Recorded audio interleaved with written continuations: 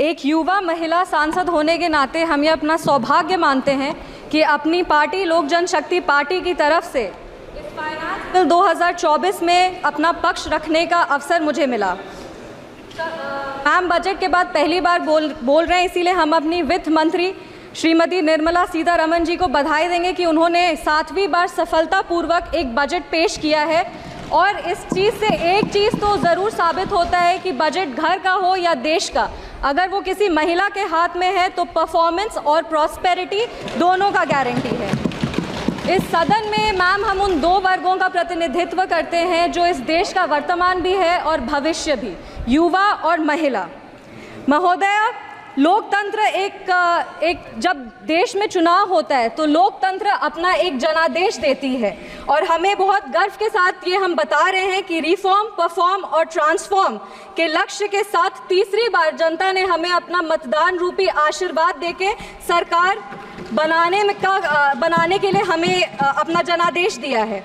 आज 11 जून 1964 का वो दिन याद आता है जब तब के प्रधानमंत्री लाल बहादुर शास्त्री जी ने अपने देश को पहला संबोधन दिया था, जिसमें उन्होंने कहा था कि there comes a time in the life of every nation when it stands at the crossroads of history and must choose which way to go। 140 crore देशवासियों ने इस चुनाव में हमें अपना निर्णय देकर एक स्टेबल सरकार को चुना है। 2004 से 14 की वो जो 10 साल का पीरियड था हमारे देश का, उसको उन्होंने चुनौती दी है जब देश को सिर्फ घोटालों से और देश विरोधी गतिविधियों से जाना जाता था। यूपीए सरकार को जब हम याद करते हैं मैम तो उसको 3C की सरकार से हम याद करते हैं, करप्शन, कम्युनलिज्म एंड कन्फ्यूजन। पर जब हम एनडीए की सरकार को याद करते हैं तो हम उसको 3D सरकार से याद करते हैं, जो है डेवलपमेंट, डेडिकेशन एंड डिलीवरी।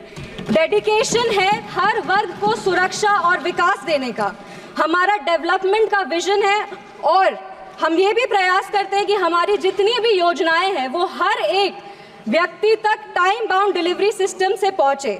हमारे वादे चाहे वो राम मंदिर के हो, वो आर्टिकल 370 हो, वो जीएसटी हो या CAA हो, हमने जितने भी वादे किए हैं उसको लागू करने का पूरा प्रयास किया है। गर्व के साथ कहते हैं मैम कि जनता ने 3C नहीं 3D की सरकार को चुना है। इस सदन में अक्सर हमारे तब के प्रधानमंत्री स्वर्गीय राजीव गांधी जी की एक बात कही जाती है कि उन्होंने कहा था कि दिल्ली से अगर लाभार्थी को 100 रुपये भेजा जाता है तो लाभार्थी के पास सिर्फ 15 रुपये पहुंच पाता है, 85 रुपये भ्रष्टाचार में चला जाता है। आज गर्व के साथ कहते हैं कि अगर दिल्ली से 100 रुपये जाता है तो एनडीए की सरकार में लाभार्थी तक 100 रुपये पहुंचता है और अगर कोई भी नागरिक 1 रुपये टैक्स भरता है तो उसको योजनाओं से 10 रुपये का लाभ होता है। अगर इसे इकोनॉमिक्स की भाषा में कहें तो एनडीए सरकार का रिटर्न ऑन इन्वेस्टमेंट सबसे ज़्यादा पॉजिटिव है। मैम अब अगर इकोनॉमिक इंडिकेटर्स की बात करें तो 2004 में जब कांग्रेस की सरकार आई थी तो उनको मजबूत अर्थव्यवस्था विरासत में मिली थी, जो हमारे तब के प्रधानमंत्री अटल बिहारी वाजपेयी के समय जो अच्छे काम किए गए थे उसके वजह से था। एक सुनहरा अवसर था हमारे देश को सुपर पावर बनाने का सर, पर इन लोगों ने मिलकर हमारे देश को 50 साल और पीछे लेके चले गए।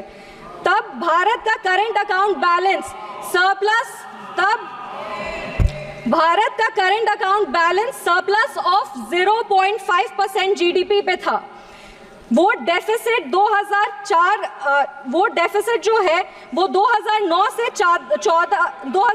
14 तक 3.3% हो गया सर। और आज ग्लोबल अनसर्टेनिटी के बाद भी करंट अकाउंट डेफिसिट सिर्फ 0.7% पर है। विपक्ष वाले लोग हमेशा सरकार को महंगाई पे घेरते हैं, हमेशा कहते हैं कि महंगाई इस सरकार में बहुत ज़्यादा है, तो उनके लिए भी कुछ आंकड़े हैं। कंज्यूमर प्राइस इन्फ्लेशन का एवरेज वाजपेयी जी के समय 4.1% था, जो 2004 से 9 में बढ़कर 5.8% हो गया और 9 से 14 में बढ़कर तो ये 10.4% हो गया।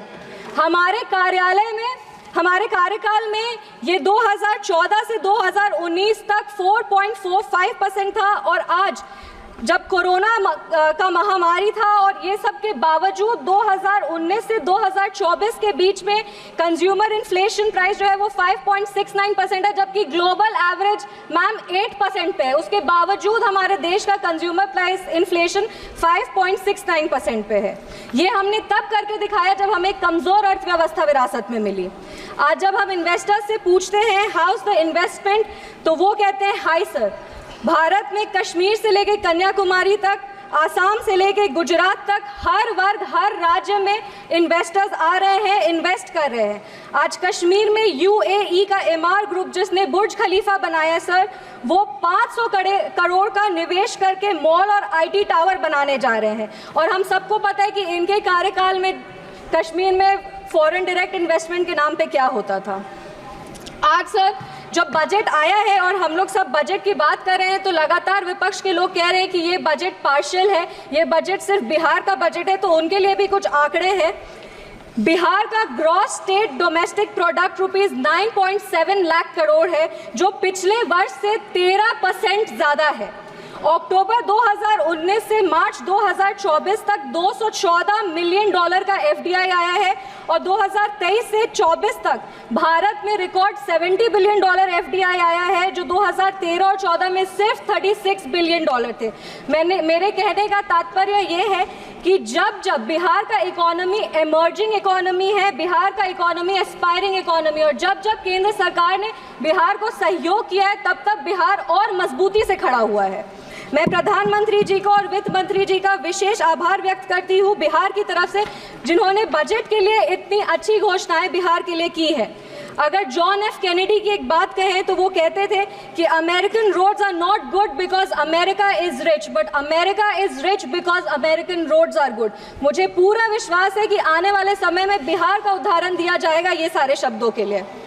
मुझे पूरा विश्वास है कि डबल इंजन की सरकार बिहार को लगातार विकास की ओर लेके जाएगी। सरकार ने बिहार को 26,000 करोड़ रुपए दिए हैं हाईवे डेवलपमेंट के लिए, जिसमें पटना पूर्णिया एक्सप्रेसवे है, बक्सर भागलपुर एक्सप्रेसवे है, या बोधगया राजगीर वैशाली दरभंगा एक्सप्रेसवे। इससे बिहार के इंफ्रास्ट्रक्चर को और बल मिलेगा और रोजगार क्रिएट होगा। महोदय, इतनी सारी योजनाएं, 48 लाख करोड़ का बजट, रिकॉर्ड टैक्स कलेक्शन, हर प्रदेश में इंफ्रास्ट्रक्चर प्रोजेक्ट, ये सब सिर्फ इतने 10 साल में ही क्यों हो रहा है? क्योंकि व्यवस्था तो वही है और अधिकारी भी वही है।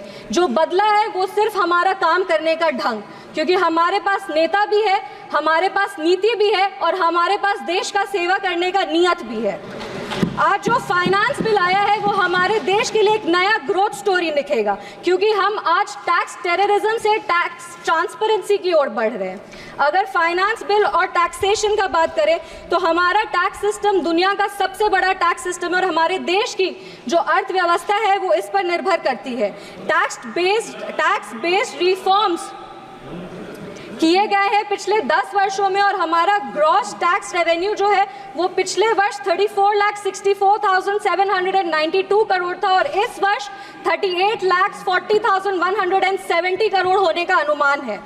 विपक्ष वाले लोग हमेशा आरोप लगाते हैं कि केंद्र सरकार उनकी सहायता नहीं करती, तो उनको बता दें कि इस 48 लाख करोड़ में से 30% जो कि 12,47,211 करोड़ है वो राज्यों को दिए जाएंगे।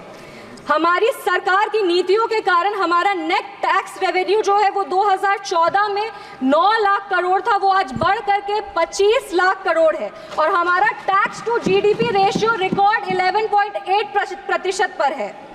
हमारी सरकार ने GST लगाकर पिछले 70 वर्षों में जो सबसे बड़ा सुधार है वो किया है। GST कलेक्शन अप्रैल 2024 में 2 लाख करोड़ रुपए का स्तर पार किया है और GST काउंसिल के गठन के बाद हमारी सरकार ने कोऑपरेटिव फेडरलिज्म को और बल दिया है, एक नया मीनिंग, एक नया डेफिनेशन दिया है। फाइनेंस बिल बहुत ही एक आवश्यक बिल होता है क्योंकि हर सेक्टर्स को इसमें इंसेंटिव देने का काम किया जाता है और जैसा कि हम जानते हैं कि आम आदमी जब बजट का भाषण सुनता है तो सबसे ज़्यादा अगर वो कुछ गौर से सुनता है तो वो हमारे टैक्सेशन प्रपोजल्स को सुनता है। हमें बताते हुए ये बहुत खुशी हो रही है कि हमारी सरकार ने उन्हें निराश नहीं किया है और new tax regime rate structure को रिवाइज करके ऐसा एक टैक्सेशन सिस्टम लाया जिससे सैलरीड एम्प्लॉय हर साल 17,500 रुपए का इनकम टैक्स सेविंग कर पाएगा। इसका लाभ मध्यम वर्ग के लोगों को और निम्न वर्ग के लोग को सबसे ज़्यादा होगा। सरकार द्वारा standard deduction for salaried employees को 50,000 से बढ़ाकर 75,000 रुपये कर दिया गया है और deduction on family pension for pensioners को 15,000 से बढ़ा करके 25,000 कर दिया गया है। इन प्रावधानों से मिडिल क्लास को लाभ होगा, कंजम्पशन बढ़ेगा, इकोनॉमिक ग्रोथ को एक पुश मिलेगा और हमारा जो 5 ट्रिलियन इकोनॉमी बनाने का सपना है उसको पूरा किया जाएगा। आज भारत स्टार्टअप के क्षेत्र में पूरे विश्व में प्रसिद्ध है और हम ये बता देना चाहते हैं कि भारत आज 3rd लार्जेस्ट स्टार्टअप का एक हब है जिसकी संख्या 1.25 लाख है और 110 यूनिकॉर्न्स हैं। एक बहुत इंटरेस्टिंग फैक्ट मैं सदन के सामने रखना चाहती हूँ कि ये जो रिकग्नाइज स्टार्टअप है उसका 45% टायर 2 और टायर 3 जो सिटीज़ हैं उसमें, मतलब इसका ये मतलब होता है कि सिर्फ बैंगलोर ही नहीं बल्कि हमारे बिहार के बक्सर में या भागलपुर में भी अगर कोई बैठा हुआ हो तो वो भी आज लोगों को रोजगार दे रहे हैं, वो अपने स्टार्टअप के माध्यम से हमारे प्रदेश का विकास कर रहे हैं। इन स्टार्टअप्स को और बढ़ावा देने के लिए एंजल टैक्स को अबॉलिश करने की घोषणा की गई है जो अर्ली स्टेज स्टार्टअप को फंडिंग देने में आसानी होगा और लिटिगेशन कम करेगा। और इसका जब अगर लिटिगेशन कम होगा तो फोकस इनोवेशन और ग्रोथ पे होगा। अब हमारे जो छोटे छोटे क्षेत्र हैं, मेरा क्षेत्र समस्तीपुर है, वैसे सारे जगहों पे भी जोमेटो, स्विगी, अमेजॉन जैसे कंपनीज ऑपरेट करेंगे और वहाँ युवाओं को रोजगार मिलेगा। ईज ऑफ डूइंग बिजनेस के लिए delay in TDS payment up to the due date of filing the TDS statement is proposed to be decriminalised. एक और आंकड़ा रख रहे हैं, टैक्सेशन में सबसे बड़ा हिंड्रेंस लिटिगेशन होता है और हमारा इकोनॉमी का 12 ट्रिलियन रुपए अभी भी टैक्स डिस्प्यूट में फंसा हुआ है जो जीडीपी का ऑलमोस्ट 6% है। इस बजट में विवाद से विश्वास स्कीम की घोषणा की गई है जिससे ये सारे जो पेंडिंग इनकम टैक्स डिस्प्यूट्स हैं उसको रिजॉल्व किया जाएगा। To reduce litigation in international taxation and enhance certainty, the government proposes to expand the scope of safe harbor rules and streamline the transfer pricing assessment process.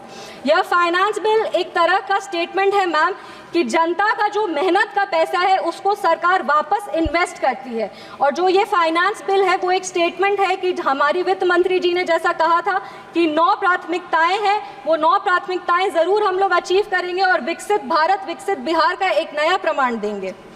ये जो देश है वो reforms पिछले 10 वर्षों से रिफॉर्म में है और सकारात्मक बदलाव देख रहा है। हमारा देश आज फ्रजाइल 5 इकोनॉमी से टॉप 5 इकोनॉमीज की तरफ बढ़ रहा है और G20 के माध्यम से आज हमारा देश एक ग्लोबल सुपर पावर बन गया है।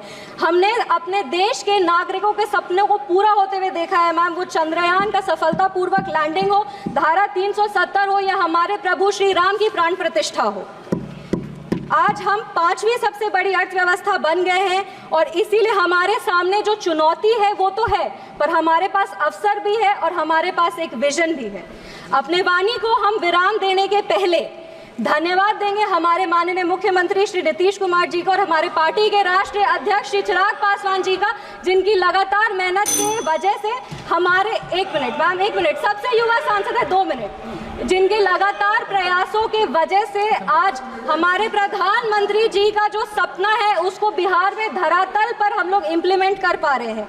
विपक्ष के लोग हमेशा हमें कहते रहते हैं, हमारी नीयत को खोजते, हमारी नीति को खोजते, हमेशा हमें कोसते रहते हैं। तो हम रामधारी सिंह दिनकर जी की धरती से आते हैं, 2 पंक्ति बस पढ़ेंगे इनके लिए। सच है विपत्ति जब आती है कायर को ही दहलाती है, सूरमा नहीं विचलित होते, क्षणिक नहीं धीरज खोते, विघ्नों को गले लगाते हैं, कांटों में राह बनाते हैं। जय हिंद, जय बिहार, जय समस्तीपुर। माननीय सांसद